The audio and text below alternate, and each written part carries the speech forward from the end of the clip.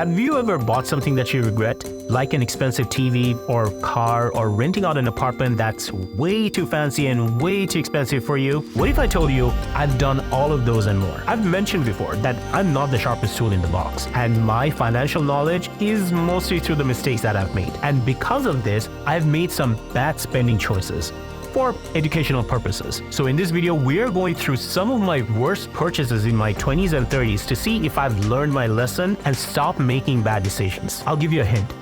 I did. We'll even be going through a mistake that I'm pretty embarrassed about at the end of the video.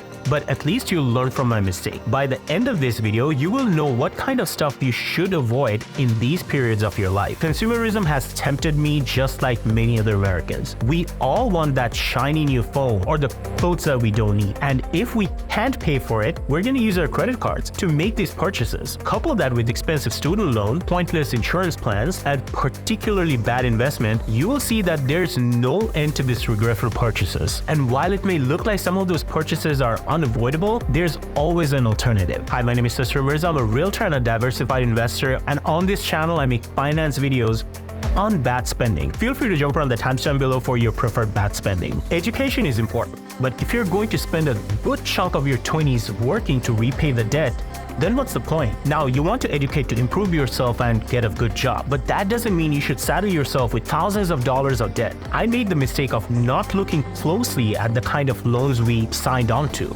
and ended up with a crazy interest rate. But if I could go back, I would have looked into a better option, like a community college or public school, or look for more scholarships. The way most of us went about our undergraduate degree was bad, but the mistake most of us made for our graduate degrees are even worse. But we'll get to that when we get to the mistakes of our 30s. For now though, the way I spent my money in college was equally embarrassing. Everyone wants to blow off some steam here and there and live their best life, especially when you're still young and in your 20s. So have I. A little more than I should have. Everything's better in moderation, and having a blast every weekend was not the wisest move. This kind of spending can get bad. A survey showed that Brits are dropping an average of 70 pounds every time they go out. And get this, 73% of people aged between 18 to 30 claim that they're partying every single week.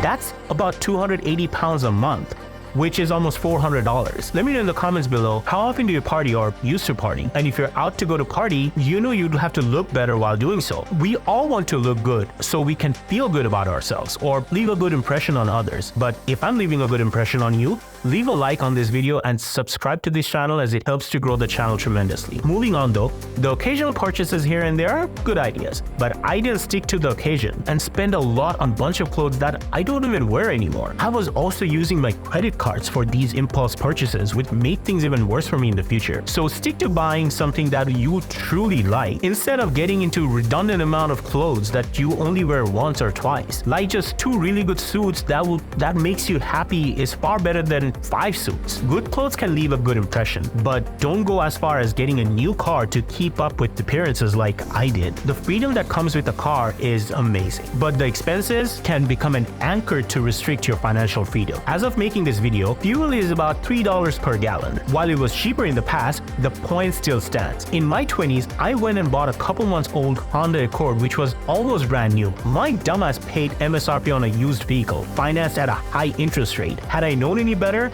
cars are the worst purchases unless it's a classic or a supercar that's produced in a limited quantity. I was stuck juggling around my finances, trying to keep the thing on the road, paying for fuel, oil changes, maintenance, everything. So I had to sell my car and opt in for a cheaper used car instead. But this didn't mean I learned my lesson. I was and kind of still a tech junkie, and anytime a new model of my phone came out, I had to get it. I had every single one of the Samsung Notes since 2010, including the one that used to go boom. Had that twice, until recently when Samsung dropped the balls with the Fold. But this is the FOMO effect. Jeff Bezos called it an upgrade treadmill. Funny, that's coming from a tech billionaire. But as the years went by, the upgrades became more and more incremental. At one point, I had to take a step back and ask myself, do I really need this? And the answer was obviously no. It's much more satisfying waiting for a few years and getting a substantial upgrade on your tech rather than yearly incremental ones. Did I listen to the logical part of my brain?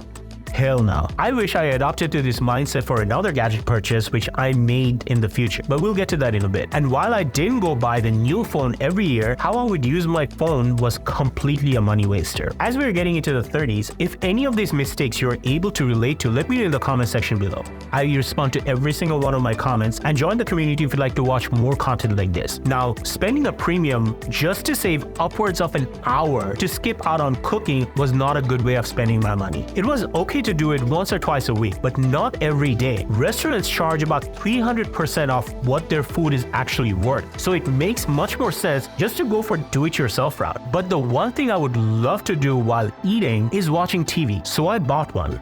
A very expensive one. The New York Times says that a $500 investment on a good TV is good enough. And they're right about that. I didn't need to spend more than that. Next year, a newer model came out. And the worst of it all, I used my credit card to pay for it. Because of the way I used my credit card and the crazy interest on it, my credit score went down to the drain. Credit cards are a necessary evil, but if you are not using them properly, it can get very hectic. My usage of credit card resulted me in paying more money at the end of the day for me to build up my credit score. Let me know in the comment section below, what's the worst purchases you've made on your credit card? It's important to avoid making impulse purchases and pay off your card fully every month to avoid this situation. By now, I was reaching my 30s, and while I learned a lot, there were new questions I had to answer, such as, how do I improve myself? A lot of you are having this or had this same question, and we often think getting a higher level of education will help my career, but only if it's the right education. Financial planner Michael Egan recommends treating graduate degree like a second job and not to take time off from your work for it. And guess what most of us does? The exact opposite. If you're not sure if the graduate degree you're looking at will help you advance your goals, you should take a step back and rethink about it, because there are more costly adventures that life offers, such as wedding, kids, or just living. Now, when it comes to really thinking hard about decisions, who you choose to marry is a big one. But I'm not married, I don't really know anything about it, but I do know that marriages comes with a wedding too, which can be quite expensive. You don't need to go overboard with your wedding just to impress hundreds of guests for one day. But if you're impressed by this video so far, make sure to leave a like down below. Coming back to the wedding, I've had so many friends who got married in an extravagant ceremony, but they could have saved so much more money if they had just opted for something more modest instead of extravagant. That money could have gone towards a down payment on a property instead. The FHA loan has a minimum down payment of 3.5%, so you'd have to put down a deposit of $12,250 for a property worth $350,000. Just saying. Granted, if you can find something for this price, but that's for this video here. When you're making big financial decisions, it's important to keep stuff like this in your mind and see how your money can be better spent elsewhere. If only I would have kept that in mind for my last two mistakes. You see, splurging on the wedding means that you have to find a place for you and your spouse.